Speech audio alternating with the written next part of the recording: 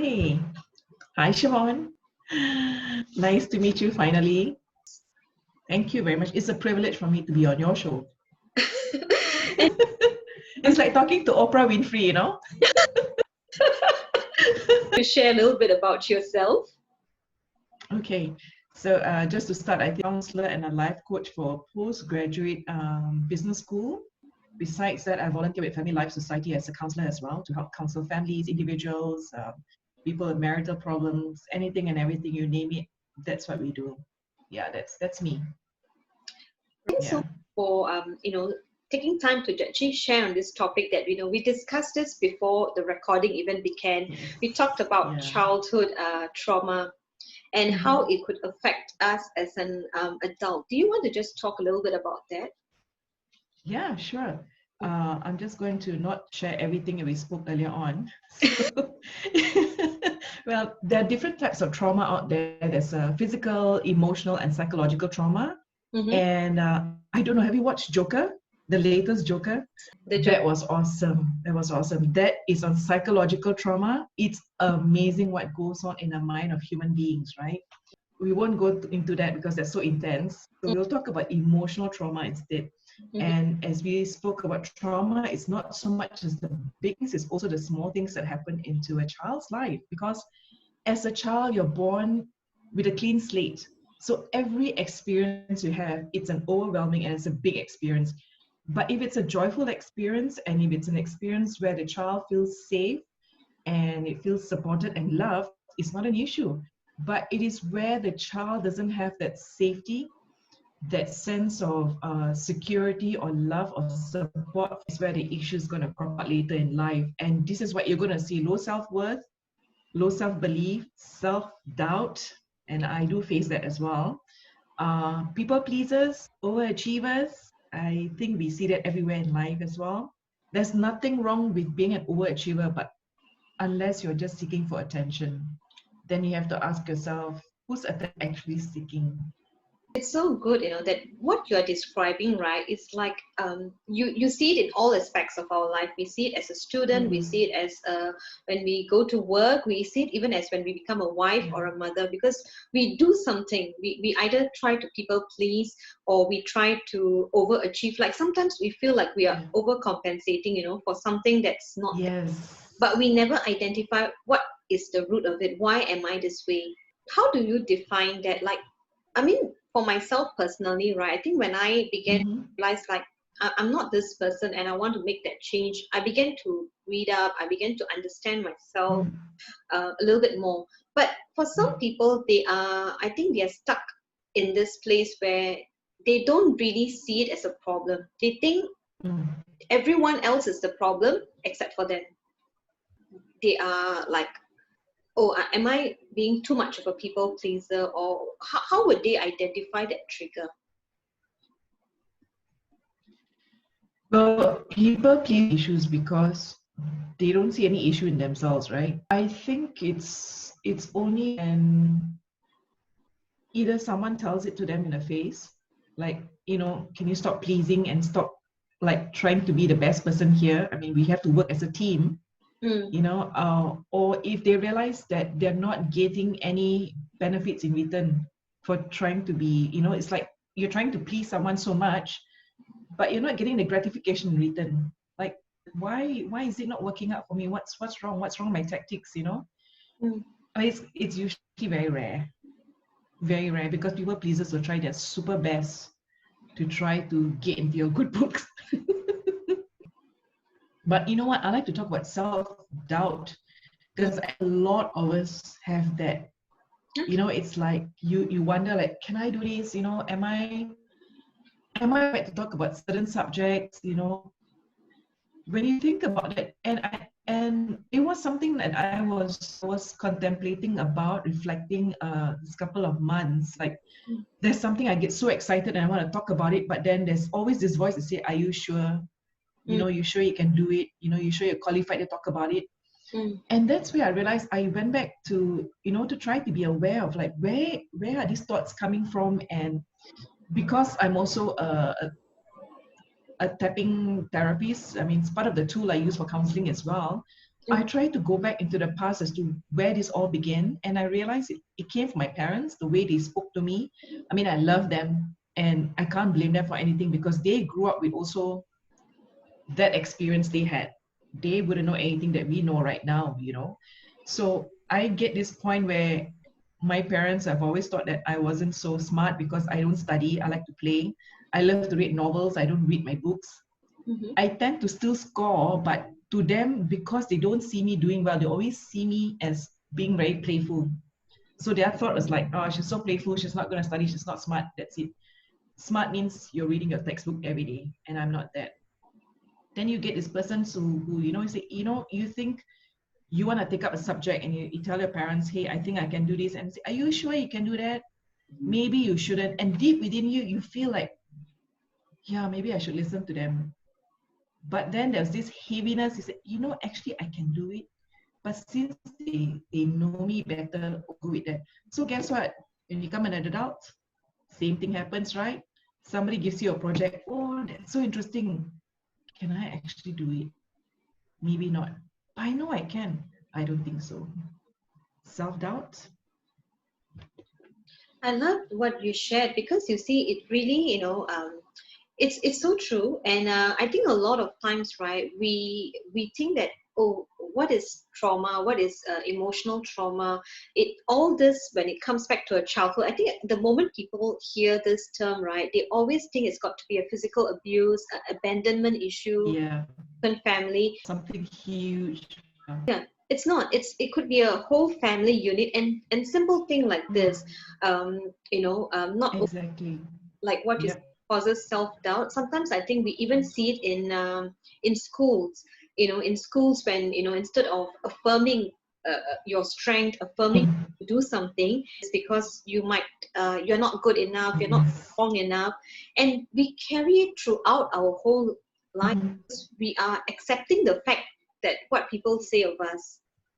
And if you grow up in an environment where you're told to not speak up and you're told to just not be heard, when you come up to an environment, you're working in an office, you don't feel compelled to even want to voice out any ideas you have because you're so afraid, right? How do you think we should someone should deal with this? Because I think this is such a common issue. I think if I can probably even on top of my head see like 6 or 7 people who will have all this kind of fear, self-doubt would be number one.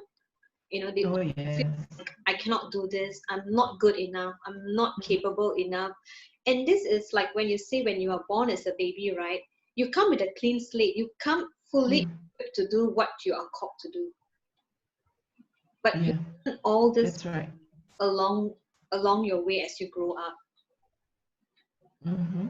Yeah. So if you do a lot of reading and you do a lot of research and all that, so your mind, you are learning a lot more, right? I mean, if you want to talk about our parents, then that's why I say we can't be angry or upset with them because they grew up with such limited knowledge of how powerful the mind actually is and how much being secure and growing up with a safe and secure environment is so important for a child. Yeah. So, but if you're saying about how can we even help people change their mindset, I mean, I tell you honestly, it's not easy because unless the person realizes that and realizes that something is not working out in their life, like if they constantly be in a negative state, like nothing's working out for me, relationship is not working out, work is not working out, I keep getting scolding, so they'll only come and see you when they're stressed, and that's when you dig deeper. Because otherwise, when else are they going to come and see you, right? They function. They continue to function as they are until the whole world that they're living in just comes crashing down on them. And then that's when they realize, I need to change. Something is not right. I need help. Mm. But what do they do when they come to that stage? Like, when they really come to that stage where they feel like I'm lost, I can't do anything anymore. So what should they do? What would the first step that they should look into? It would be really good. I would really advise them to go and speak to a therapist or a counselor, because you can speak to your friends, but your friends are going to be very, they're going to give you their ideas. And then, you're going to feel as though nobody's listening to me, because listening is a skill. Mm. It takes skill to listen. I've met so many people who doesn't listen to what you say. It's so annoyed when you're talking and people are not listening, because it's like the eyes, they can be looking somewhere else, or suddenly they want to change subject, and then it could be something else that they say, and it feels so judgmental. I mean, we have good friends with super good intentions, and we all know that. But it takes a really good trained counselor and therapist to be able to help the person to look within. Because one, I don't know you, you don't know me. So it's easier for you to tell me what makes you so vulnerable. You probably won't want to tell this to your friends, and we see it from a very different perspective, and we don't judge you for who you are. So it's easier for us to have that working relationship. So one is, find yourself a good counselor that you feel really comfortable with. I mean, you can pay big money for a really good counselor, but if you just cannot get along with the person, you don't have that same resonance, find someone else. Because it's so important that you find someone who you feel so comfortable bearing your whole soul to. It's very important if you want someone to help you. And it's a journey where it's very private and it's so sacred. I call it sacred work, really sacred, because it's about your whole being. It's so special. We are so fragile as human beings, so we just have to really take care of that. So that's what we do as counselors. I just want to go jump in back a little bit, right, Anna, to help Yeah.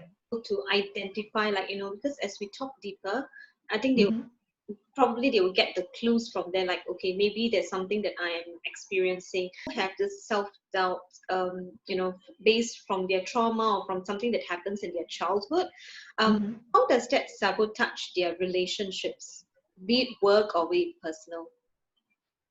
Well, I think for one, if they realize that they're not moving ahead or not going where they want to go, and especially if they got dreams and goals that they want to fulfill, and they realize that, hey, there's something stopping me. It's fear. Like there's this huge fear, and self-doubt comes along with that. It also depends on how much they want to fulfill that dream, right? And how much they want to work on that relationship. So, like I said, if they still think they can do it, they can still work with it. If they can be functional, some people don't want to change because they're just comfortable where they are. Like, why should I rock the boat when I'm already on the boat? Someone who's listening in right now who's so keen. Well, one is, if there's something that you really want to do and you're not happy where you are right now, and you feel as though there's so much more you can accomplish in life, and there's so much that you want to achieve, there's so much that you want to just feel empowered to do something different. And this also, it's something came to mind. So not everybody will think like this. Okay, you have to reach a certain stage to be at this level where you think about things like that. We call it the human development stages as well. So in your 20s, you probably won't think so much of that. You probably think about it when you're in your late 30s or your 40s, like, I want to do something more meaningful and purposeful, and that's when you start searching, right? But okay, maybe let's go to 20s. Maybe millennials out there who are like, I'm not in a very good relationship, or I can't find a relationship I want. I can't find a job that I want or I'm happy with, or where I am in a job, I feel so bullied, I feel so used especially because, people pleaser. You want to do your best, you self-doubt, you're like, I better not, do anything different. Let's just go with whatever the rules are. But you feel something missing in your life. And I think one of the best ways to look at it is like, are you happy where you are? Are you truly joyful doing what you're doing? Yeah, I think those are very good questions to ask yourself, I think that's a very good indicator. Like, if you want to, if you don't really know, like, is this like, am I just being like a person, people pleaser, or am I having this self-doubt because of something else? I think it's a good Yeah, to take that, yeah, the two questions that you ask yourself, evaluate yourself to see yeah, where you are at this stage. And another thing I wanted to yeah. talk to you about is also putting up boundaries. Is that another indicator when people put up fences, or when people Mhm. have this victim mentality? I like that subject. Yeah. I like the victim subject because it's actually a wider angle. Okay, so if you want to talk about victim mentality, we have to go to this guy called Stephen. I hope I get Stephen Cartman. He's a psychiatrist and he developed this model called Karpman drama triangle. So we all heard about dramas in life, right? So in dramas, you need a victim, you need a persecutor, and you need a rescuer. This is so interesting, right? So you get the person's always saying, yeah, nothing works well in my life, it's horrible. And I just want attention. Basically, the victim just wants attention, right? Usually negative attentions. And they rather look at themselves as being weak and powerless. I can't do anything, you know? Then you get the other one who's a persecutor who's like, no, why can't you do this right? Why something so simple? Why can't you do it? We have seen all this at workplace too, right? Yeah. Then you've got a rescuer. It's okay. I'll help you. I'll do whatever you want. Wow. After a while, you wonder why you're so drained out. Right. The best thing is not to get involved in any of these games. Once you know this is happening, step out of it. And if someone says, I'm so tired, no, I don't understand why this is happening. And usually the person say, oh, let me help you, rescuer, right? Just say, no, I'm so sorry, I feel really bad for you. Is there something you can do to change it? Empathize with them. Empathy always helps. Brené Brown, I'm sure you would have heard of her. She's really good and she talks about empathy and she talks about vulnerability. She's an amazing person to just listen to what she has to say about empathy. But yeah, empathy always helps. But once you know you're being caught in that drama, sometimes we like to be either the persecutor, victim, or most of the times we like to be the rescuer. Rescuer, yeah. And then you get so tired doing the job, straight away just cut yourself off, be the third person angle. What boundaries can we put? Like, okay, I think if you're in a workplace, right, and it's easier to stop being the rescuer because you're in a workplace environment. Like, I can stop. You know what? I'm going to draw the line. But sometimes, if you are a friend and you find that this is so emotionally draining, you want to be there for the person. At the same time, you feel like I can only love you from a distance. It's like too much that is affecting me. So, how do we draw a boundary without like without even like making cutting them off, feel miserable? Yeah, without totally cutting them off, I think. Yeah. Well, first thing is empathize with them. Just empathize, because when you empathize, you're coming from out of the Karpman drama triangle. It says, I can imagine how much you're feeling and what you're going through is really tough and all that. I really want to be here for you, but I don't think I have the expertise, because usually as good friends, they're not going to listen to what you have to say. They just want your ears, and they're going to talk until your ears drop off. Really. I mean, I know this because I've seen it before. I get texts late at night, and you do it once, you do it twice, then you realize, okay, something is not working here. So, as the rescuer, you also have to be very aware of what's happening. Like, okay, you know what? I don't know if I can help this person because she doesn't seem to be listening to me. So you just empathize with the person, or if the person is sending you really late night texts, don't respond to that. Of course, unless it's a suicide thing, then straight away contact the nearest person, make sure they're there for them. You have to call. Suicide is so important. As one thing, you don't stop at saying, I'll deal with this in the morning. You deal with it then. But let's just say if she's just ranting and raving and ranting and raving, and this is going on for a couple of days, first time okay, second time okay, third time, just do not respond. Because, hey, you're entitled to your sleep, you're entitled to your rest, you're entitled to your off time, you're entitled to a break. You're human too, right? You have feelings too. Maybe you're just having a really bad and you just cannot deal with that. Switch off your phone. Can they blame you for that? They can't. That's self-care. You have to take care of yourself first. You can't help someone if you're already drained out, right? Deal with it in the morning. And then the best way to deal with it is like, hey, I'm so sorry I didn't reply earlier. I was having a bad day, or I was tired. I really understand what you're going through. I wish I can do more for you, but I'm just wondering, would you like to speak to someone else who can help you, maybe a therapist, because I don't think I can give you as much help as I think you need. I'm not going to listen to you. They're just going to take you for granted. And it's just attention seeking. Like for me, even personally, right, I think I'm open to listening to a person like maybe once or twice, but if you're going to tell me the same story again and again, right, to me personally, I will tell them, like, why would you not, like do something about it? If it's occurring the same time, it's affecting you, then you should wake up and do something instead of whining all the time. And And yeah, Yeah. sometimes it's just that because they want that attention, they feel like you get Yeah. you to say, you know what, I feel like I'm depressed. I'm going to like maybe, you know, take my own life. But I don't think if you want to take your own life, you want to text someone first. Yeah. Like you know, That's right. it's not really a cry. Like it's I'm doing it out of desperation, but it's more of like I just need to feel good. I just need someone to talk to me so that I can Mm-hmm. feel good. And so how do you Yeah. think someone can be free of this mentality? Change your perspective. If you're a really good friend, I mean, first of all, you have to be super tactful. Mm-hmm.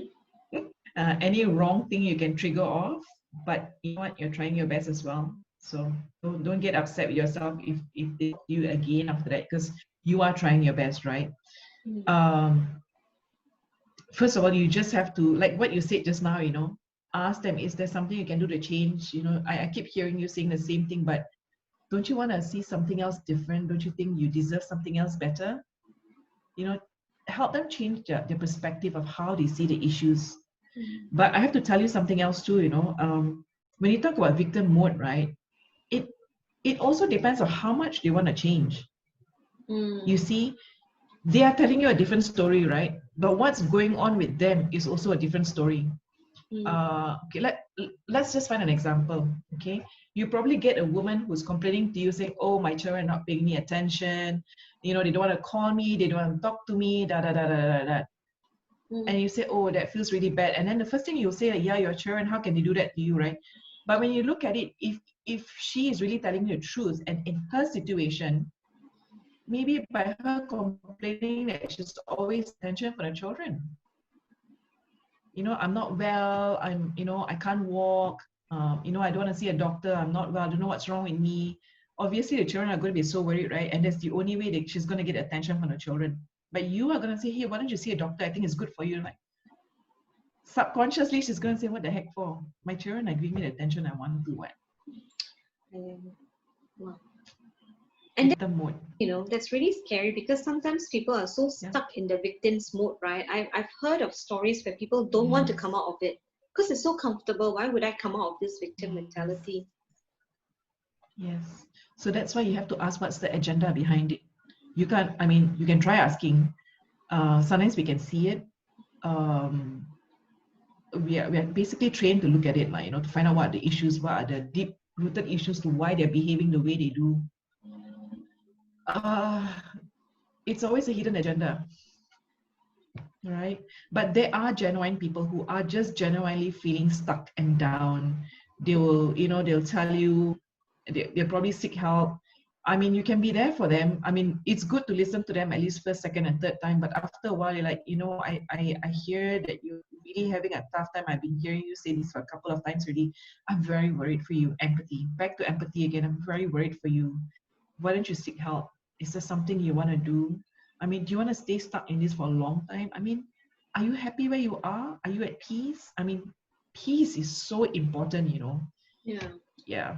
I think if I have to go back to a time in my life where I remember for the first 5 years of my life going through so much, and I remember speaking to a friend of mine who's a prayer leader of mine who's really good, and I'll never forget that part of it, because I always call, I'm having these issues at home, I don't know what to do, I can't get out of it, I don't know what to do, and I have my own agendas as well, because I want to stay in that relationship, right? I want to stay committed, I want to do as much as I can, but yet I cannot find a solution. So it goes on round and round and round and round, and he can't do anything except to be there for me. Thankfully for me, something changed within me. It's like, yeah, so unless you realize that something needs to change or something triggers you, like, I'm just grateful because something changed within me and say, what else can you do for other people instead of having people listen to you all the time? Maybe I can do something else for people. When you change your perspective to what can I do for others, you stop looking inwardly.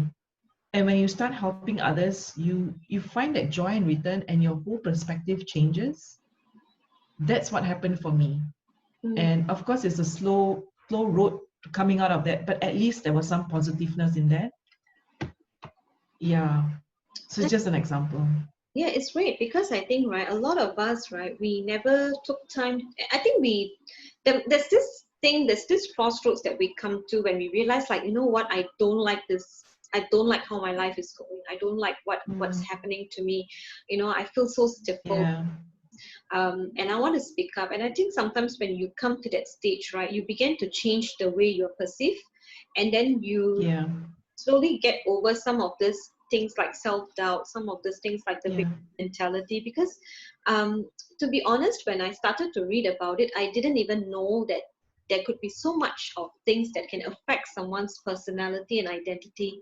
Because I think mm, even for myself personally, I began to reflect on the fact that when I was much younger, I was like very joyful. I was like very quite bold. I was very open to speaking my. mm, Along the way, it changed. I changed, and I began to really think about yeah, what happened there. Like, why did I change? And I wanted to get yeah. to what I was formerly. But unlike us, like, so what happens to women or people who, if they don't do anything about this this mentality that they're having, like this, does this lead to depression? Would that? Depression is one of it, because you can't find yourself out from a situation and you keep looking back. Okay, I like this saying by this guy called Lao Tzu. He says the person who looks behind is always depressed, and the person who looks forward is always anxious. So always be in the present moment, right? I love that. So usually it's them looking at the back. Oh man, I shouldn't have got to this situation. Why did I get to this situation? Why am I here?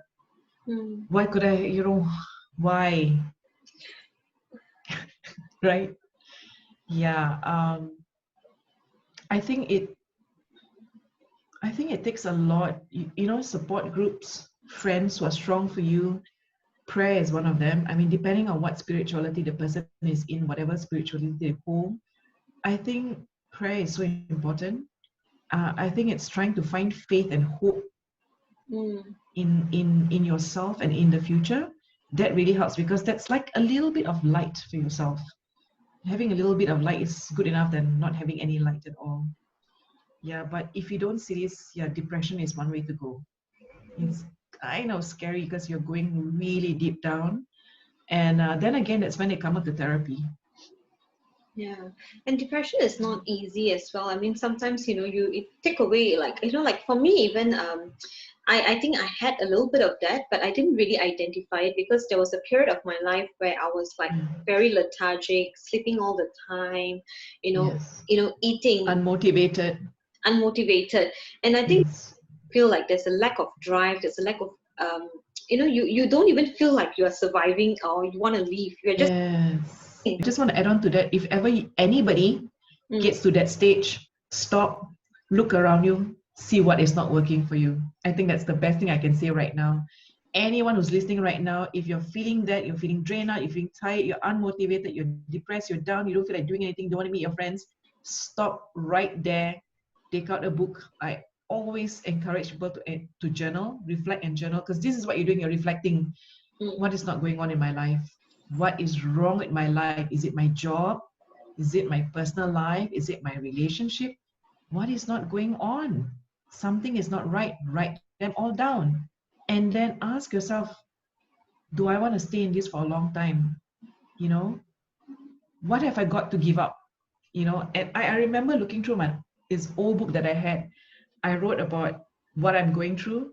Like, I don't have peace.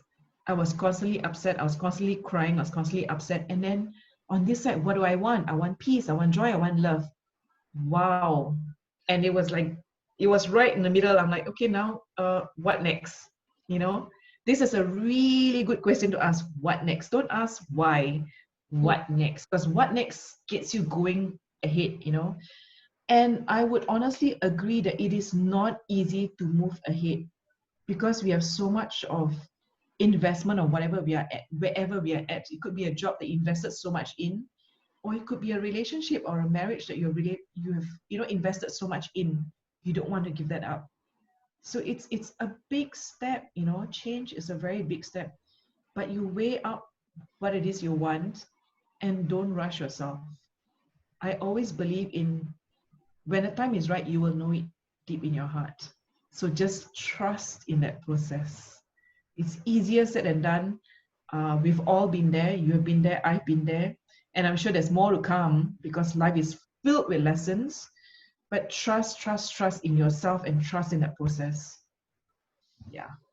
And I love that you say journaling, because I journal as well. And I think journaling is a great, it's very therapeutic, because I think when you put down, you're putting words, and some of these things you might feel like I'm not ready to share with a friend or even a therapist, but you're writing down your emotions, you're writing down what you're Yes. feeling at the moment. And it's like a channel, Yes. and when you look back and you reflect on it and you see like, oh, something is missing there.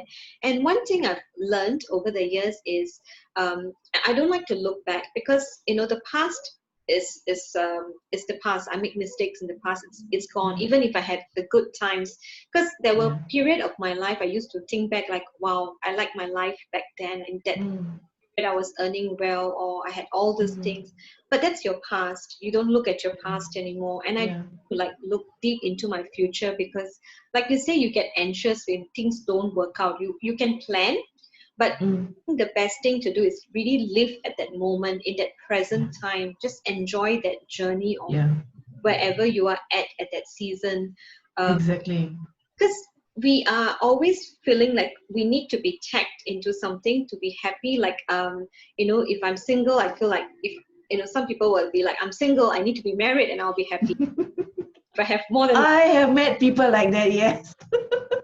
I have to have that. You look at a person and you said, if I have that particular position in a company, I think I'll be very Yeah. happy. But that person in that position will say that, if I can only demote myself and have less responsibilities, I'll be happy. So you see, everyone Yeah. does it in a different way. It's just that Exactly. to be content with whatever that you have. Exactly. Contentment is so important. And you know what? In the journaling, as we were talking about it just now, it's not just about writing your past. It would be nice to also add things that you're grateful for. Because when you start incorporating something positive, slowly things starts to change. And I mean, you're a prayerful person, as you know, so am I. I mean, we believe in something bigger than ourselves. So write something down from what you believe in, for me, I'll write psalms or words that I get, from the book, and I put it down. Like, it's my encouragement. So when I look back, I say, wow, I've gone through that. I've come this far. I mean, there's some parts, of course, I don't want to see, because it's really like, did I go through that? Oh my gosh, I don't want to look at that. It's so painful. I mean, it's not that it's painful that you don't want to look at it, but it's just like, that's not interesting. But I want to look at what I've grown, how much I've grown, what have I learned from that past, That's more interesting, because it empowers you to like, wow, I've done so much, I've gone this far, and I think I can go even further. So, yeah, Is that journaling is important. care that is that one part of self-care that people can do, journaling? Yes, self-care is one. Drawing a healthy boundary is one.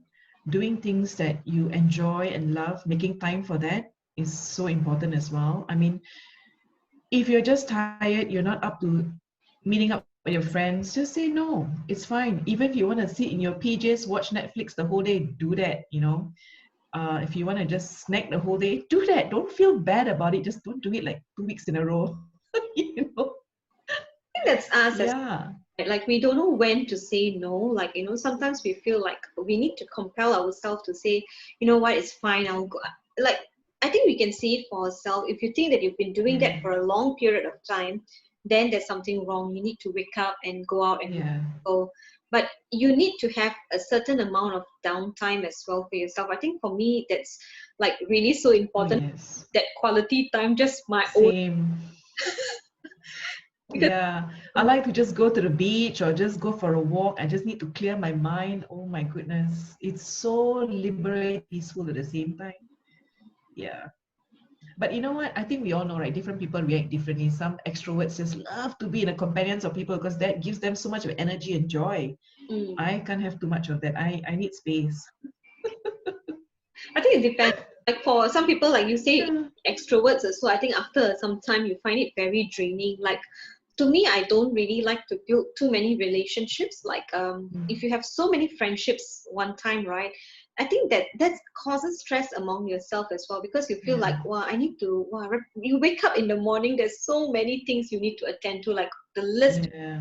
messages. Um, and I think that's also something that, people can take away, like as a self-care, like what's important to them, what's not important, Mm-hmm. like prioritizing things. Yeah. But Yeah. it's important to care for yourself first. Mm-hmm. You're right. And for those who can't draw the boundary, who can't say no, I like this. Ask yourself why. Mm, Why can't you say no? Is there a reason behind it? You what's the word called? I'm learning all this abbreviation. Fear of missing out. Is it FOMO? Are you correct. having one of those fear of missing out? And where does that come from? What's going on behind that? So it's a lot of learning, self-learning, right? Where you learn that from. Do you have like anything that I know you've shared very good practical tips and all that, like any quote or a motivational thing that you stand by? Like, I think we have our periods where there are highs, and then there are times when you're just like, wow, that's the time when you feel like I don't want to do anything. What I do you have something? I'm so glad you asked this question, because when I saw your question, I was like, oh my goodness, I've got so many quotes, right? And I love it because it made me think about, even up to before we got to our call, I said, hey, what's my favorite quote? And then I realized this quote is what I've lived with for a long, long time, and I said, I have to say this. Robin Sharma, he's the guy who wrote, the monk who wrote a Ferrari or something like that. Mm-hmm. He said that there is no mistakes or such a thing as failure in life, only lessons to be learned. I Wow. live by that motto, and I love that, because then you realize no matter what you've done, no matter what has gone wrong, fine, it's just lessons. When you think about it as lessons in life, you become more positive, right? Rather than going into shame and guilt. These are the two issues that people face a lot, not shame and guilt because of past mistakes. No, ask yourself, what did you learn from that issues of the past, those experiences you've had? It's not to make you feel shameful or guilt. I mean, life has given you the opportunity to go through that tough time to learn something. Even if you made mistake, even if you've done the most shameful thing, that's okay. What have you learned from that? You know? Just going to, like, because I know when you talk about things like shame or condemnation, right, like our guilt, people tend to think of like Mm, always the big things, like, no, but I didn't do anything shameful. Like, we are talking about very small things, like, for example, right, yeah. I'll paint this example, like when you go to a place, for example, you walk into a cafe and you see someone, and you try to wave at that person, and you see this person waving back, and you get excited, oh, hi, and then you realize that he's not waving at you because this person walks by you and waving at you. That's shame. That's a Yeah, right. put it, because that shame will keep, if you don't address it at that point of time. What happens is that Yeah, time when you walk in, you are cautious because you think twice about, should I wave to that person or should I not wave to that person. yeah. But A good a good thing is to quickly react as humorously as possible. If the person saw you waving, like, you know, just do something humorous so that you learn to get out from there. I think this is why I think it's more important for us as a woman, right? Like, because we do all these things, we make Yeah, mistakes and we feel like, oh my god, I'm not going to try anymore because it's so embarrassing. Um, yeah, you know? But the thing is, right? Why not take it as a lesson learned? Like, oops, I make a mistake. Like what you say, yeah. make it something like fun or something, and then you walk out of it, right? You don't carry that shame with you anymore, Yes, exactly. and you You don't. look at it as lessons. Yeah. It's a lesson learned. Just like Mm-hmm. for guilt, right? Like even something as guilty as, I don't know how trivial things can be, so trivial. Like, you are supposed to call someone and you didn't keep up to that appointment. You feel Mm-hmm. guilty, and then you craft up a lie to cover up. Those are all very, very minuscule Oh. things, right? That also Mm. kind of affects people. But they never think of it that way. They never say it's just a small thing, you don't Mm. to the bigger things. I think that's why a lot of people are caught, because they feel like, but I've never gone through this kind of major things that make me embarrassed, but why am I feeling this way? Because these are the small things that add up. Yeah, it could be big things in life that usually stops them from moving ahead. The small ones, yeah, it's embarrassment. You hold that within you, so you wouldn't want to raise your hand the next time like someone raised at you. You tend to look behind first, and then you're a bit more cautious and careful. But if you look at it at the bigger things that you've done in your life, bigger mistakes, like maybe you've got into a wrong relationship in life, Mm. that kind of thing, and people say, no, you shouldn't, it's not a good thing to do. Like, no, I really love this person, and you just go ahead with it, and then you realize down the road, like, oh my goodness, you're so right. And then you feel so embarrassed, you're so ashamed, and you feel Yeah. guilty, and then when you come up from there, you realize, oh my gosh, my whole life has gone down the drain. That was it, finished, done. But no, it's just the beginning, right? What have we learned? Like, okay, I've learned something good out of that I should next time listen to my gut instincts. Maybe I should figure out why I've got to the relationship in the first place. Was it loneliness? Was it my hidden agendas? What is it all about, right? I mean, we're talking about relationships. One, it could be anything. It could be a job. It could be being in a wrong job, for instance, and you wasted so much of your time there. Yeah. And then you realize you're actually not happy there. Then you ask yourself, what have I learned from this? Wow, I learned quite a lot. I learned how to negotiate. I learned how to, I learned, how to be more empathic, to be more compassionate towards people who are suffering. Those are good lessons in life, and then when you move ahead, you practice that with other people as well, because you know what it's like, because you've been there, you know. I love all this sharing. I think this is such a very insightful, like kind of a kind of thing to talk about, because we are, it's not like it's kind of light-hearted as well, because we're talking about something that's very deep and heavy, but it's done in such a light-hearted way so that it's easier for Yeah. as well.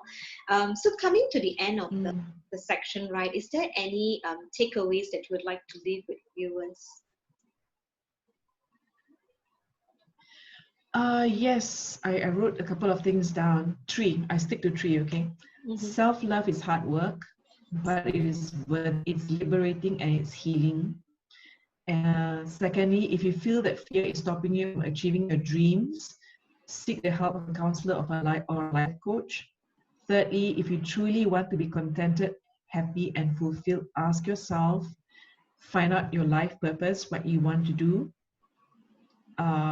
There's a Japanese word called ikigai, called a reason for being. It's really beautiful. If you Google it online, you love and also being paid. So that's finding your purpose in life. And when you can find that, I think you just found your meaning in life, and you'll be very contented. Yeah. So it's called ikigai, Ikigai. So it's finding the purpose that's meant for you. That's the three things I have to say. Oh, thanks so much for sharing that. I think that's really good. Even I think I came across one as well, but I think that one was there was this gold thread where they actually put broken vessels together, and they kind of like painted in gold or something Oh that showed. yes, Japanese, correct. Goodness in us, yes. Wow, I love that. I really love Yeah, the. I heard this somewhere in one of my retreats. Brokenness in people is great because you allow the light to go into that brokenness. Wow, so good. Because if you're not broken, you're like that, right? Light cannot permeate inside. The minute you're broken, you allow light to go in there to heal whatever's happening inside. Yeah. Wow, that's really a powerful statement to leave, as we come to the end of the section. And really thanks, Anna, for joining us, just talking about this. And I just really enjoy all the insights that you've shared. And we are going to just leave your bio Thank and you. your contact details, like where Mhm. to reach you, so people know where to find you if they have a question or they want to seek more advice. Sure. Do you want to just Right. share about your own counseling service as well, like what you do, so people know? Is it? I actually have a blog right now. It's called The Journey Within NRJ. I write a lot of stuff that I've experienced. I usually like to write stuff that I've gone through so that people understand and can resonate with it. Whoever, I don't have to reach a million people, but maybe just that one person who needed to hear the same thing, who've gone through the same thing, it's enough for them to find help and help themselves as well. So the blog is one of the stuff I use to reach out to people. As for counseling, what I do is I am volunteering at Family Life Society. There's a contact online, so they can search for that. And for life coach and doing my own counseling work, I have yet to get there, but you can find me on the Journey Within NRJ on Facebook as well as on the website. And we'll share the links on all the social media platforms at the on when we are airing the interview as well. Thanks viewers for watching. Thanks Anna for being on the show. You're most welcome. It's a privilege for me. It's a privilege to be here to share what I know, what I've gone through, and I hope it helps anyone out there, And know that you are loved, you are worthy, you are loved, you are unique, specially and wonderfully made. That's so good. And yes, please like, subscribe, and share these videos to other women out there. We just want to empower women and just bring that message across that, they are, of course, they are loved, they are valuable, and they are so precious, and there's so much that they can offer, be it a homemaker, be it a student. Exactly. If you're a working woman, so much that they can do. Yeah. Yes. Any role that is given to you is a role, it's a very intricate role, and it's so important in this fabric of life. Yeah.